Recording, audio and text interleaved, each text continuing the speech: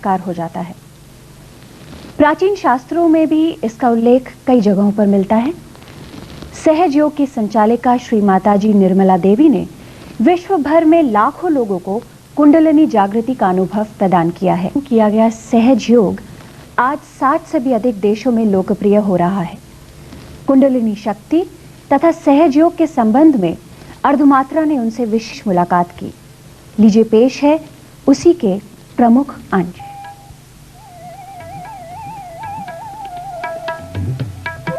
हमने रामायण सीरियल में देखा कि महर्षि वाल्मीकि ने लव कुश को कुंडलिनी शक्ति का ज्ञान दिया।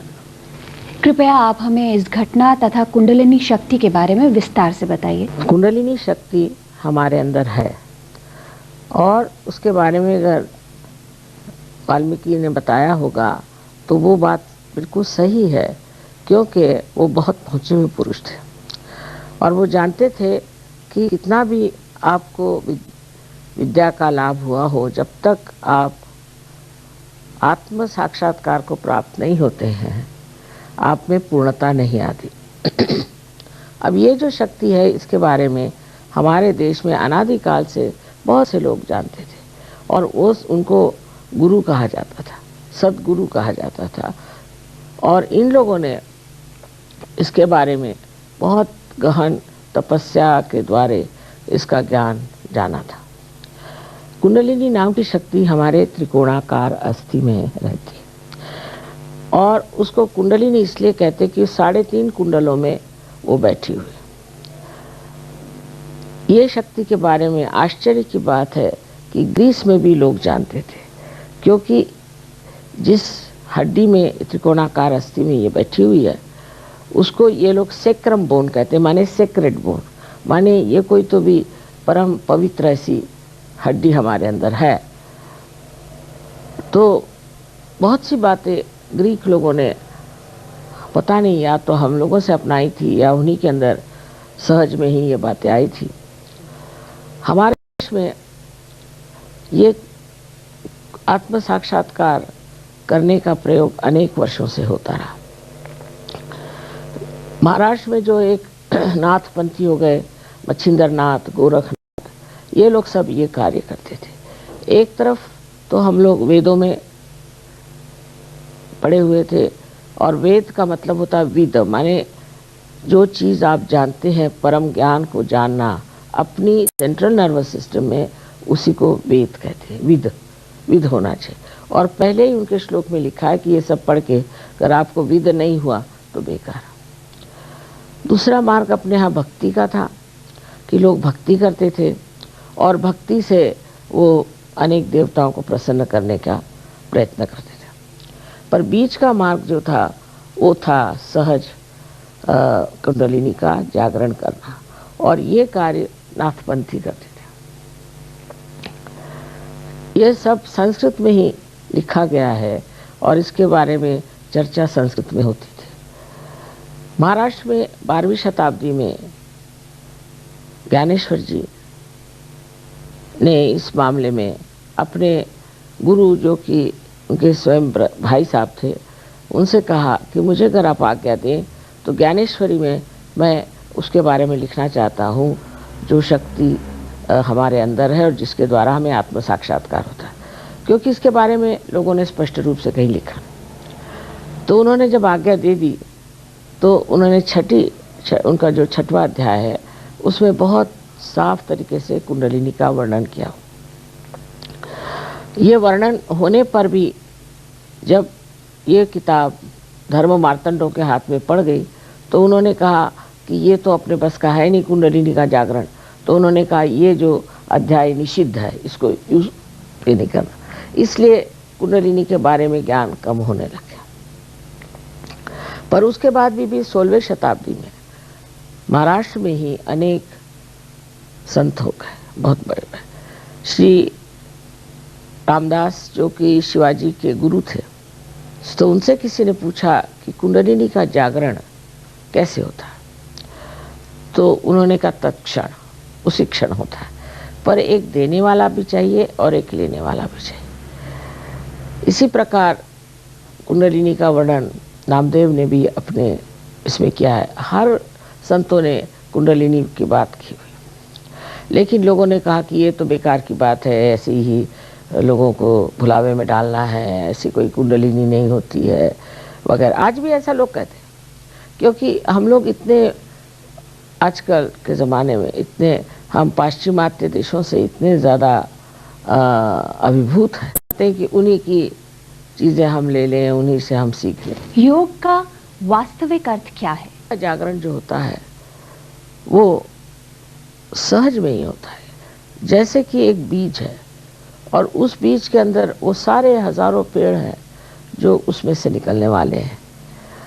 उसी प्रकार ये जो बीज हम ज़मीन में डालते हैं तो सहज में ही वो अंकुरित हो जाता है। इसी प्रकार हमारे अंदर भी ये सारी शक्तियाँ पूरी तरह से एक समझ लीजिए कि अज्ञात स्थिति में है, पोटेंशियल, उनकी जागृति अगर हो जाए तो मनुष्य अत्यंत शक्तिमान हो सकता। जब इस कुंडलिनी का जागरण होता है तो ये 7 चक्रों में से नहीं गुजरती, 6 चक्रों में से गुजरती। 7वां चक्र जो है कुंडलिनी के नीचे में है और वो इसकी रक्षा करता है और इसकी पवित्रता को बांधता है। अब जिस आदमी का जीवन पुण्यवान रहा हो, जिसका पूर्व जन्म भी पुण्यवान रहा हो, उसकी कुंडलिनी बहुत जल्दी जागृत हो जाती और वो जागृत होने पर ये चारों तरफ फैली हुई जो चैतन्य शक्ति है उससे एकाकारिता प्राप्त करती है। इसी को योग कहते हैं। यही योग है, बाकी शरीर को मोड़ना तोड़ना ये योग नहीं है। असल में यही आध्यात्मिक योग है जहाँ आपकी कुंडलिनी उस चारों तरफ फैली हुई ब्रह्म शक्ति को छू जाती है कहना चाहिए, या उससे योग प्राप्त करती है। अब जब ये घटित होता है तब सबसे पहले आप में निर्विचारिता आ जाती है, माने आप सजग है, पूरी तरह से आप सजग है, अवेयर है, लेकिन आप निर्विचार हो जाते हैं। क्योंकि जब हम विचारों में रहते हैं तो हम या तो भूतकाल में रहते हैं या भविष्यकाल में रहते हैं, वर्तमान में नहीं। और जब ये कुंडलिनी का जागरण हो जाता है तो जो विचार भूतकाल और भविष्य से आते हैं वो रुक जाते हैं, समझ लीजिए, या हट जाते हैं, और उनके बीच की जो थोड़ी सी जगह जिसे विलंब कहते हैं वो बढ़ जाती है और वहाँ पर हम अपने वर्तमान में आ जाते हैं। तो पूरे सजग होते हुए भी हम एकदम निर्विचार हो जाते हैं और तभी हमारी आध्यात्मिक उन्नति होती है। लेकिन ये घटित होना पड़ता है, ये नहीं कि हम बड़े पहुंच गए, हमने ये पढ़ लिया, हमको वो मिल गया, उससे कुछ नहीं। ये एक घटना है कि कुंडलिनी आपके त्रिकोणाकार अस्थि से उठ करके और 6 चक्रों को छेदती हुई अंत में यहाँ से छेद जाती है ब्रह्मरंध्र से। ये जब तक घटित नहीं होता है तब तक कोई भी बात धर्म के बारे में कहना जो है वो कभी कभी निष्फल हो जाती है। क्योंकि आप धर्म की बात करें, उससे हो सकता है कि इंसान बहुत अच्छा इंसान हो जाए, सब कुछ हो जाए, पर उसे आत्म साक्षात्कार प्राप्त नहीं हो सकता। और जब तक आत्म साक्षात्कार प्राप्त नहीं होता है तब तक जो हमारे अंदर छिपी हुई जो हमारी शक्तियाँ हैं उसका उद्बोधन नहीं हो सकता, उसको हम एक्सप्रेस नहीं कर सकते। इसलिए हमें अब ये हमारे उत्क्रांति का आखिरी चरम समझ लीजिए एक लक्ष्य है। जैसे कुंडलिनी का जागरण हो जाता है तो वो तो किसी तरह से ब्रह्मरंध्र को छेद देती है, लेकिन उसके बाद वो कनेक्शन जो है, वो योग जो है, उसको जमाना पड़ता है, नहीं पड़ती, बहुत देर नहीं, थोड़ी देर की ध्यान धारणा करो। अब पुराने ज़माने में एक गुरु परंपरा थी, एक गुरु का एक ही शिष्य होता था और दूसरा शिष्य नहीं, जिसको वो जागृति नहीं देते थे। करते करते बहुत कम लोगों के पास जागृति थी और वो अगर कुछ कुंडलिनी की बात करें तो लोग उनको बिल्कुल पागल समझते। जैसे कबीर ने कहा है, कैसे समझाऊं सब जगह अंधा। योग व अन्य योग विधाओं में क्या वर्तमान में जो सहयोग है मॉडर्न सहयोग कहिए इसे।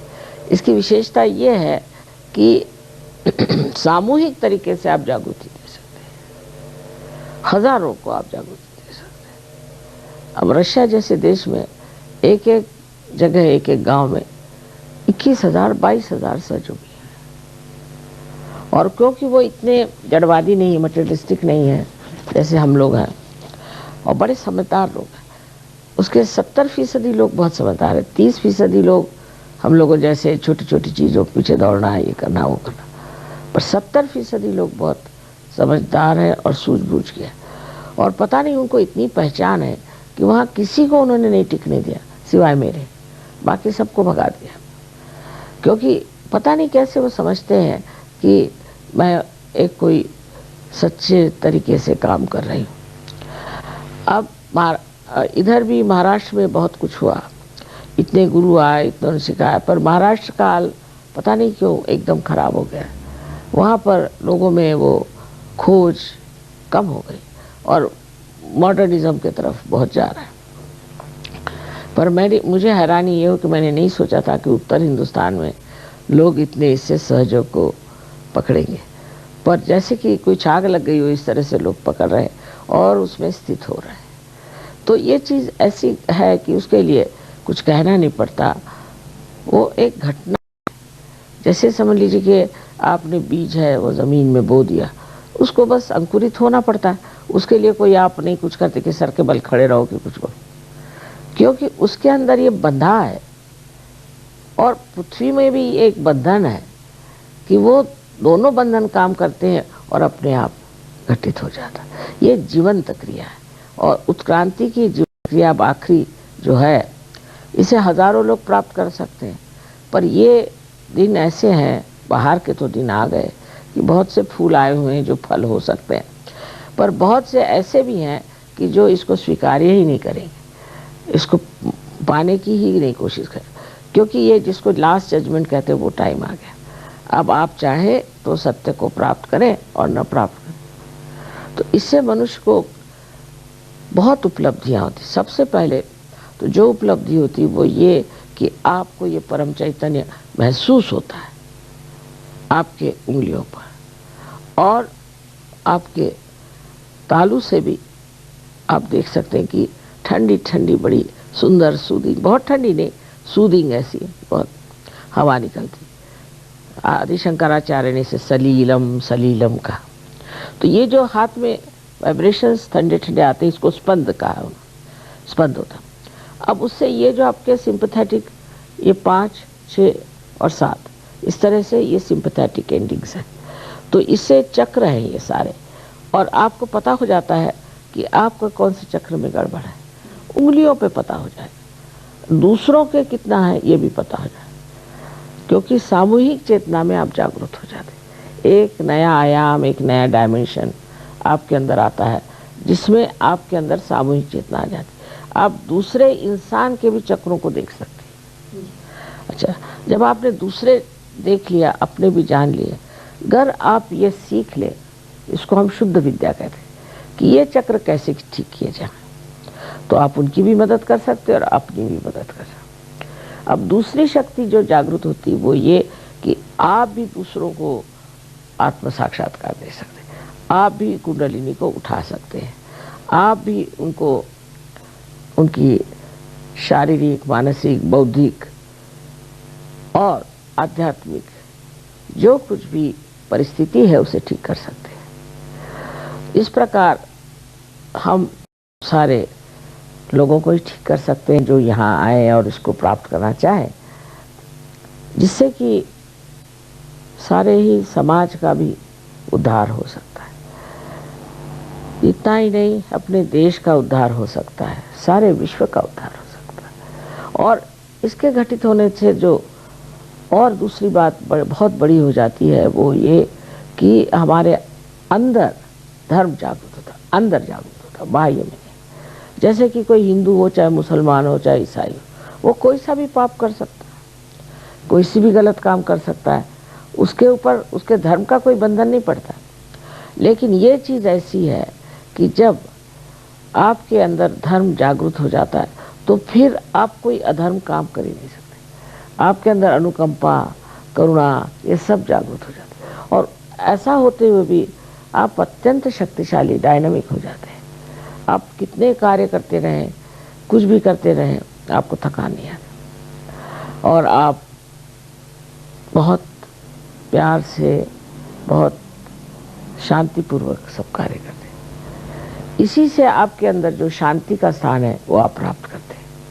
तो आप एकदम शांत हो जाते हैं अंदर से। अब जो आदमी है बड़ा गुस्सेला है, ये है वो, एकदम वो शांत हो जाता है, क्योंकि आपके अंदर जो विकृतियां हैं वही ठीक हो जाती हैं।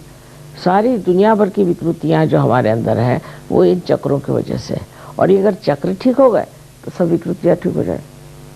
बहुत से लोगों ने मैंने देखा है कि शांति के बड़े बड़े ऑर्गेनाइजेशन बनाए हैं, उनको अवार्ड्स मिले, उनके हृदय में शांति नहीं, तो वो दूसरों को क्या शांति देंगे। तो मनुष्य एकदम शांत हो जाता है। और हमने देखा अब हमारे यहाँ 7 देशों में ये कार्य हो रहा है, और हजारों लोग आते हैं, साथ मिलते हैं, जुलते हैं, कभी कोई झगड़ा, कोई ऐसी कुछ नहीं, कभी नहीं, सब प्रेम से रहते हैं। हाँ, कभी कभी आपस में झूल चलती रहती है, पर वो मतलब ये कि मजाकिया और दोस्ती, ऐसी दोस्ती आपने देखी नहीं। फिर वो आदमी इंग्लैंड का हो, चाहे वो रशिया का हो, चाहे वो जापान का हो, कहीं के भी। तो एक ये चीज़ जिसको कहते हैं कि सामूहिक प्रेम आपस में आ जाता है, और उसके कारण धर्म जब जागृत हो जाता है तो ये पता चल जाता है कि सब धर्म समग्र है, उनकी समग्रता समझ में आ जाती है। आप किसी भी धर्म को बुरा नहीं कहते, और सब धर्म के जितने भी प्रवर्तक हो गए सबको, सबकी पूजा करते। श्री माता जी, क्या ये सही बात है कि सहज योग से अनेक मानसिक व शारीरिक रोगों से मुक्ति होती है? आपका जो चक्र है उनकी वजह से जो शारीरिक प्रश्न है, जैसे कि साइकोसोमैटिक डिजीजेस है, कैंसर आदि, जो कि डॉक्टर्स ठीक नहीं कर सकते, वो सहयोग से ठीक हुए, इसमें कोई शक नहीं। पर पहले आपको सत्य को खोजते हुए आना चाहिए, न कि आप बीमारियां लेके पहुंच जाए। सत्य को खोजने वालों को बीमारी से मुक्ति मिल जाती है, और वो दूसरों को भी दिलवा सकते हैं। पर पहले जो है आपको खोज होनी चाहिए, क्योंकि आप सोच सकते हैं कि परमात्मा के पास सबसे ज़्यादा बुद्धि है, कॉमन सेंस। तो वो देखते हैं कि जो लोग किसी काम के नहीं, उनको ठीक करने से भी वो किसी को प्रकाश नहीं देते, तो ऐसे दिए काहे को ठीक करो। वो ऐसे ही दिए ठीक करना चाहते हैं, हालांकि ऐसे भी दिए ठीक हो जाते हैं कि जिससे कि सब दूर प्रकाश मिले, वो प्रकाशमान होकर दूसरों को प्रकाश दे, दूसरों का फायदा करे। इसी तरह से सहयोग फैलने वाला है। सहज का मतलब है सह मैंने आपके साथ, जो मैंने पैदा हुआ, ऐसा ये एक सहज विश्व धर्म है। और जब इसे आप प्राप्त होते हैं तो दुनिया भर की छोटी मोटी चीजें, ये जो कुछ भी हमारे षड्रूपु हैं, सब पता नहीं कहाँ गायब हो जाते हैं। आपको जो प्राप्त होता है वो है एकमेव सत्य, एब्सोल्यूट ट्रुथ, एकमेव सत्य। तो अगर 10 आदमी भी बैठे रहेंगे तो वो एक ही बात कहेंगे। जैसे कि पूछा जाए कि इनको क्या तकलीफ है, सब कहेंगे इनको तकलीफ है। डायग्नोसिस भी होता है, सब एक ही बात सत्य को जानते, तो झगड़े का कोई सवाल नहीं आता है, कोई वाद विवाद उस पर हो नहीं सकता, सबका एक ही मत हो जाता है अपने आप। है सहयोग एक बड़ा भारी आशीर्वाद है, क्योंकि जब आप परम चैतन्य के ही आश्रय में आ गए तो ये तो परमात्मा के दरबार में आप आ गए। उसकी गवर्नमेंट है जो बड़ी बहुत समर्थ है और सतर्क है, एफिशिएंट है। इतने आशीर्वाद क्षण क्षण आपको हर कदम पर दिखाई देते हैं कि आप हैरान हो जाएंगे कि ये कहाँ से सब हो रहा है। और हर एक आदमी मेरे पास चिट्ठियों पे चिट्ठियाँ लिखता है कि माँ ये बताइए कि ये कैसे हो गया, हमें तो ये चमत्कार हो गया, वो चमत्कार हो गया, ये ठीक हो गई, वो ठीक हो गया। कहा चलो जाने दो, तुम नहीं जानते तुम कहाँ बैठे हो। इसी प्रकार एक ये जो इस सतह पे हम रह रहे हैं, ये सब माया, और असलियत रियलिटी की जो अपनी छाया है उसमें उतरना चाहिए। जब उसमें उतरे तो लगता ही नहीं कि हम कुछ कर रहे हैं, सब कुछ हो ही रहा है, सामने ही हो रहा है। कुछ करने की जरूरत क्या। और इसके अलावा जो है आपका चित्त जो है एकदम शुद्ध हो जाता है। जैसे हमने देखा कि बहुत से लड़के फॉरेन के खास कर कहते थे मैं पूरी समय आँख घूमती रहती है, कोई औरत दिखी तो कोई चीज़ दिखी तो मतलब तंग आ गया हमसे। मैंने कहा अच्छा ठीक है कोई बात नहीं। जागृति के बाद मैंने कहा तुम ज़मीन की ओर देखो थोड़ी देर। वो ऐसे ही चलते थे, करते करते अब उनकी इतनी शुद्ध हो गई आँख एकदम निर्मल, तो वो चित्त ही शुद्ध हो जाता है। पर शुद्ध ही नहीं होता है चित्त, ऐसा होता है कि ऐसे इंसान का एक कटाक्ष भी किस पर पड़ जाए तो उस आदमी की भलाई हो जाती। किसी घर में चला जाए तो वहाँ शांति आ जाती, जहाँ खड़ा हो जाए उसके एक नज़र में इतनी शक्ति आ जाती, क्योंकि इतनी शुद्ध शक्ति होती है और बिल्कुल निर्वाज्य प्रेम होता है उसके अंदर। सो ये चित्त जो है ये कार्यान्वित होता है, एक्टिव हो जाता है। जहाँ भी चित्त भेजिए, अब आपको बैठे बैठे सोचना है कि फलाने का क्या हो रहा है, आप वाइब्रेशंस दीजिए, फौरन पता चल जाए। जैसे कि आपका ईथर है, इससे भी एक सटल ईथर है, वो सारा कम्युनिकेट करता है, वो सब बताता है। अब ये सब शक्तियाँ हैं और चारों तरफ फैली हुई है परम शक्तियाँ भी है। अब जैसे इतने सुंदर फूल हैं आप देख रहे हैं, तो आप इसको सोचते भी नहीं कि कितना बड़ा चमत्कार है, बताइए। लेकिन कोई सोचता नहीं, ये जीवंत शक्ति। इसी तरह हृदय है, के बारे में भी कोई नहीं सोचता कि ये कैसे चल रहा है। डॉक्टर्स पूछो कहते ऑटोनॉमस नर्वस सिस्टम। ऑटो कौन है? बहुत सी बातों का जवाब है ही नहीं साइंस में। सबसे तो बड़ी चीज़ है कि साइंस में ये जवाब नहीं है कि आप क्यों आए इस दुनिया में। आप आए हैं परमात्मा के साम्राज्य में जाने के लिए और मजे उठाने के लिए और सारे संसार का कल्याण करने के लिए। ये जब आपको ज्ञात हो जाता है तो इसमें पैसा, अब हम लोग तो पैसा लेते नहीं, आप जानते हैं, बगैर पैसे के ही सब लोग लगे रहते हैं। अब इतना बड़ा कार्य हो रहा है, मेरे तो कोई सेक्रेटरी भी नहीं है, जो देखिए वही मेरे सेक्रेटरी है, और सब बिल्कुल पूरे मन से कार्य करते हैं, उसी में उनको आनंद आता है और इसी की बातें करते रहते हैं। और कोई बात ही नहीं कि किसका कैसे कल्याण किया जाए, उस देश को कैसे ठीक किया जाए, वो कैसे ठीक किया जाए, बस इसी पे लगे रहते।